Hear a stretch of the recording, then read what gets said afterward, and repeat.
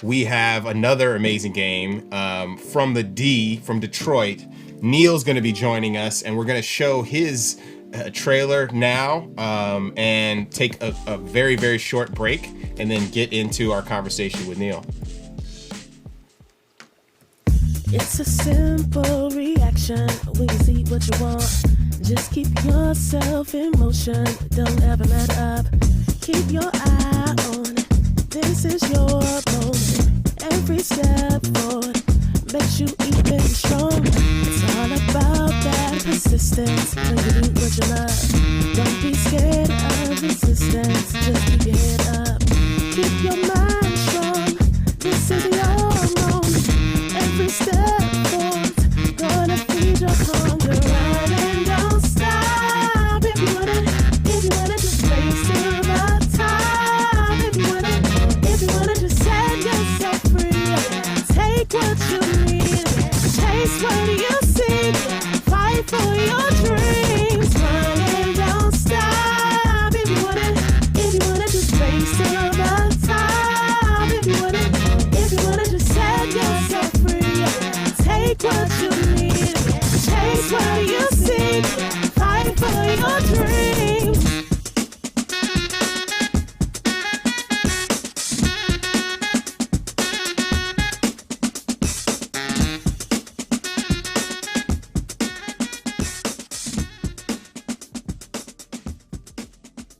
That was the amazing trailer for Never Yield by Neil from the D. So live from the D, let's talk to Neil right now. Yo, how's it going? Well, it's going amazing. Today's an amazing day. You know why? Ask me why. Why? Because I love making racist white people upset. And Twitter is wild. Wow.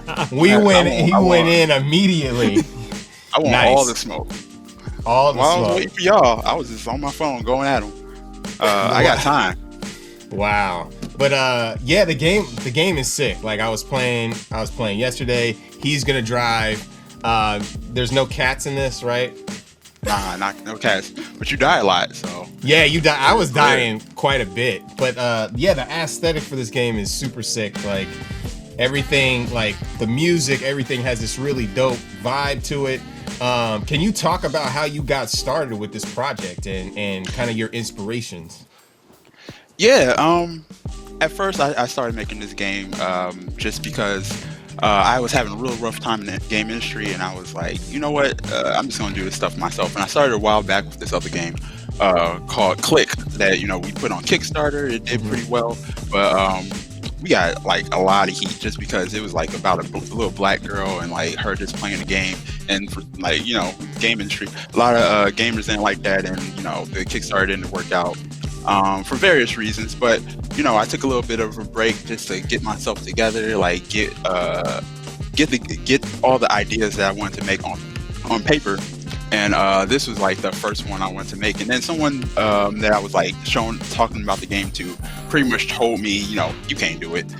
So I pretty much made this whole game out of pettiness. I know how that is. That's like fuel to the fire for sure. Oh yeah, definitely. This whole process is just me being petty. So yeah, it's coming out pretty good. I'm doing a lot of the development on my own. I really wanted to make a point of to the game industry that look what I did with nothing. Like there's no backing. I did no Kickstarter. I don't have any funding. This is completely just me and like a little bit of things that I had to buy, like paying my friends to do music for me and like paying someone to sing on some tracks or whatever. That's totally out of my own pocket. So look what I did with nothing. Imagine what I could have did if you gave me anything. Yeah, it's so slick. Like I'm like trying not to bob my head as we're like bust out a little freestyle or something like that. Just listening to it. Can you tell us where you're at in Detroit, how that plays an influence in your game? Yeah, you got to hop, man. Remember the small jump. Small jump. Yeah, small jump. the more patient you are, the better you'll do with the game. It's I'm not A. patient. I'm not patient. Yeah, so yeah. It's the A button. But what you were saying with development, pretty much I'm just building out levels now. I'm trying to launch a game mid-February on Steam and itch.io.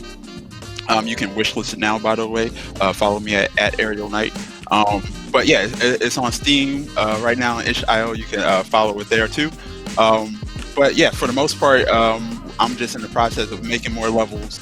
And just trying to get all that style and all that cowboy bebop style type music in the game. That's dope. But how does Detroit influence this? I'm really interested in that because that's awesome. That's like a rich culture. You know what I mean? Oh yeah, definitely. Like there's a long history of just Detroit itself and like black people in Detroit. The character himself is very much based off of Axel Foley. You can tell by his clothes. Oh, okay, that's tight. You gotta put people on game who Axel Foley is though, because they may not Axel be. Foley, Beverly Hills Cop. During that whole first movie, he wears this Mumford shirt under his jacket, and that was because he came to Detroit and went to Mumford, and they gave him this shirt, and he was like, "Oh, I'm gonna wear this in the whole movie." So I went to Mumford. I was like, that always stuck with me. So that's awesome. So how did you get started in game development? I went like much like you. I went to school for game development. Got ripped off extremely bad, but I took full advantage of it and just made my connections. I did a lot of work on my own and did a lot of learning on my own. So yeah, I went to IDT. You went to Art Institute, right? I went, for my undergrad, I went to Art Institute, and then I doubled down and got a master's in game you production. Slide under it, homie. Yeah, it's paining him. I could tell that Neil. It's like I can't concentrate. Just watching it. This dude dude watching it. is Just like slide, homie. He's throwing himself into rocks. It's all good. That's why I put so many good checkpoints there, so people wouldn't get too frustrated. Yeah. You still in the tutorial though, so we gotta see how far you make it. Damn, that's sad. I was trying to make a game that was like not too painting for more casual players, but like hardcore players can really find like a home in, like make their own fun, kind of like Sonic, where like depending on how you play it, it can be hard or it can be like really relaxing. Yeah. I like the parallaxing elements that you have in the 2D game and the different environments that you're showcasing. It looks really sick. Thanks, man. I put everything into doing all those 3D models and just trying to get it done in time. It takes just a really long time to get a lot of content for this because it's a runner. You're running through so much art that you never see again. So I just gotta keep creating. So that's what the holdup is. If it was like just a simple, very minimalistic style, then the game would have been done. But yeah, that totally makes sense. And when are you releasing again? Like February. We're going for February. Okay, cool. So are you looking to get on consoles and stuff like that too? Yeah, I'm currently just trying to see where the game's at around launch. But doing the port, we'll see how people like it. So if black people like it, then I'll do whatever they want. That totally makes sense. What other? I'm just curious because we always have multiple ideas in our head of what we're gonna do next. What are your thoughts on that? Like what you got something lined up? Yeah, a couple people reached out already. I just got a book full of concepts and ideas. So right when this gets into a good place, I'm gonna start with the next thing I have on my list and just like see how far I can get with just kind of self-publishing. And just getting games out on my own. Your previous question before that we kind of skipped over because Alfonso keeps dying. It's okay. It's I made this game with full intent that it ain't for everybody. Wow. It's okay, man. You can't be good at everything. But before this, I ain't never giving up. I ain't never giving up. So you ain't never gonna yield. You missed the chance. Like I gave it to you. I laid it out for you. Never really, yield. Okay. I never yield.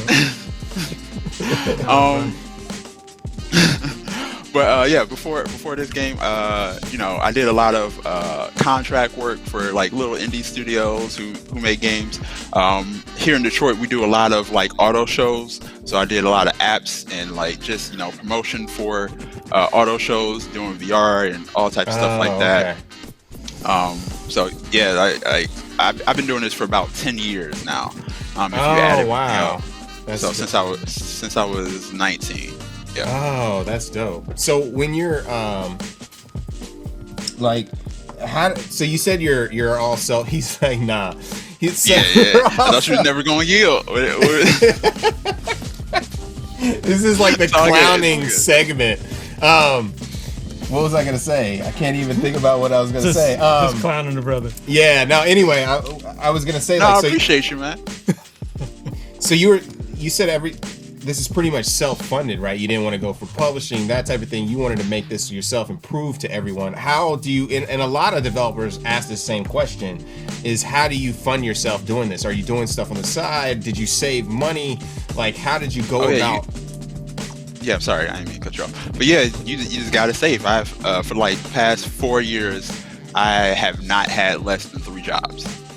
Wow. So I work I usually space it out, and then this is what I'm doing in my free time. So I've only been working on this for 9 months. Wow. Okay. Yeah, so 9 months, pretty much by myself, working my day job, working my afternoon job, coming home, working on this. And like the self-publishing, self-funding thing is not a choice. Like, if someone came up to me and was like, hey, here's some money, I would have like 100% like hired some people and like this game would have been done. But no one kind of wants to back you outside of Kickstarter for someone who doesn't have a big track record. So it's understandable, but at the same time, it's rather frustrating. I think that we may be able to do some stuff, and then there's some context to be made, man. Yeah, absolutely. What else are you like? So you have a full-time job, you have multiple jobs. What else are you doing? Yeah.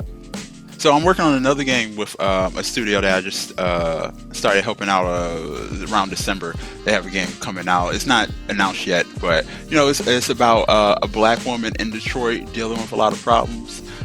It's going to be interesting. I'm going to throw that up on my Twitter at Aerial Knight once it's ready to get announced. And on top of that, I'm a teacher.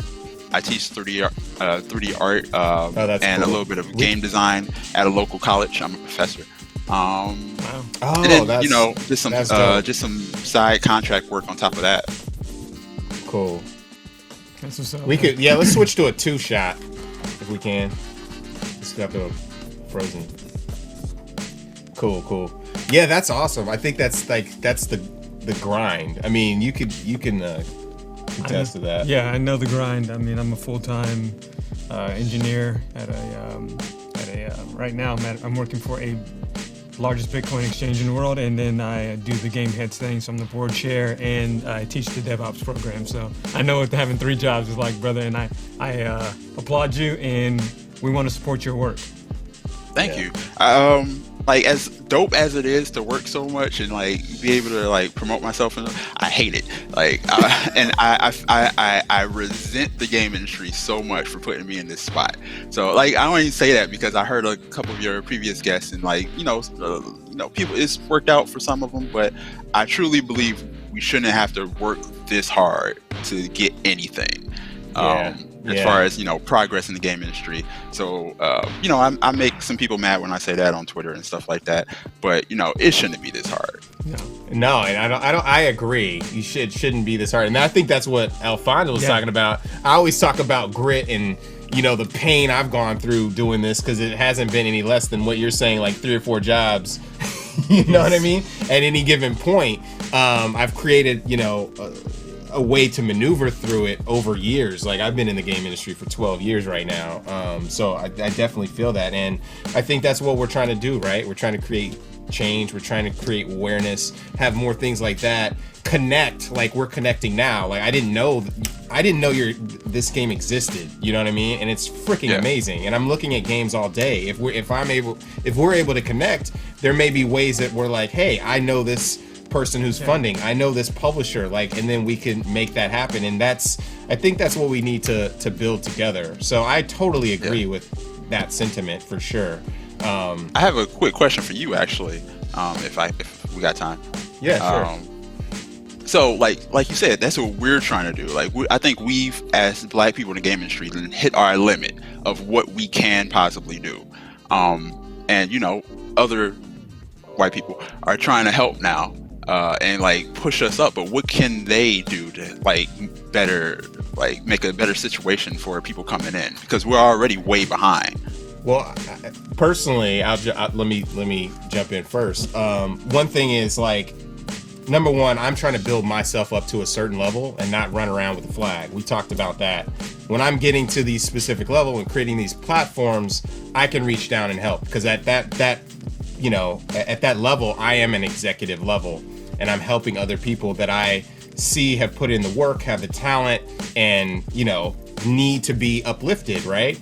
The other thing is, in my opinion, when you have these funds rolling out and these, what are they called? You know, they're called funds, right? Like venture capital, yeah. Yeah, venture capital, that kind of thing, or just these corporations. Instead of saying, "Hey, I got $1 million," or "I got $100,000 for, you know, Black Lives Matter," put that into your executives. That's my main thing. But hire able and ready, willing Black executives to get on your boards to work in production and that type of thing in order to have a different viewpoint. And that's what we need. You know, don't just toss random money out there, you know, unsolicited, you know. That's my main thing. We just need more execs, you know, who have earned their position, because we've all worked really hard, and there's tons out there, you know, but we need that, you know, invest in that. Yeah. What were you going to say? No, I would say from my perspective is I'm working in tech and working in gaming. It's investment in the actual, like the stories, the titles, and the experiences that, you know, folks of color have. But one of the things I also see is that like you talking about the executive piece of it, there needs to be investment in Black businesses. Like, so if you guys are running your independent studios, like, somebody should be funding those studios. Yes, we put together a pitch deck and stuff like that, but if you look at the majority of VC funding, it is not going to Black businesses, Black entrepreneurs. Yeah. So I want to shout out to all of the entertainment industry folks who are out there who are sitting on a bunch of money. Like, invest in these games. Yeah. Totally. Yep. Yeah, I would say they need to like work on the outreach. Like, you know, I'm in Detroit. I went to, you know, school for gaming, even though there's no gaming companies anywhere near us. And there's people working at Walmart and Target who are 1,000 times better than me, and just, you know, gave up or just couldn't find any opportunities, or couldn't uproot their entire family and move to San Francisco. So that's my end of it. So I think that's what, you know, that's where it gets down to, is all these venture capitalists, you know, boards, that type of thing. You need folks, people of color on those boards to find those projects that are amazing. And the same thing goes in the industry. You need executives to look, you know, at publishing companies and that type of thing, looking for that. But they also have to be people of color. You know what I mean? And that's, to me, that's extremely important. And that's a lot what we're fighting for. But dude, it's been amazing. Oh, go ahead. I would say Black specifically, but also people of color, just because we tried the people of color thing, that's true, and that didn't work out for us. Black folks. I'm not trying to be too PC, but yeah. No, it's all good. No, for sure. But yeah, man, thanks for hopping on board and showing your game. The game looks really sick. I'm glad that we were able to connect and see this game, and see that you're like really hustling to make things happen, and hear your voice. So how can we, you know, how can we find the game and reach out to you and that kind of thing? Tell the world. Yeah, if you go to Twitter, just type in Ariel_Knight. Don't forget the underscore. It's very important. And then you'll have access to everything I ever made. Awesome. That's awesome. Yeah, thanks so much. And you can wish list the game right now, right? Yep, it's on Steam. You can wish list it right now. Okay, yeah. Shout out to Steam, Black Voices in Gaming. We got the page up. Make sure to wish list the game. And thank you so much, brother. Yes. It's been amazing. Thank y'all. I'll see y'all at the next GDC. I seen you before at GDC. We just never got to talk. Yeah, it's always crazy because I'm doing 1,000 things. We're gonna connect before GDC. Yeah, bro. for sure. We'll do some more of this. All right. I appreciate y'all. All right. right. Thank you.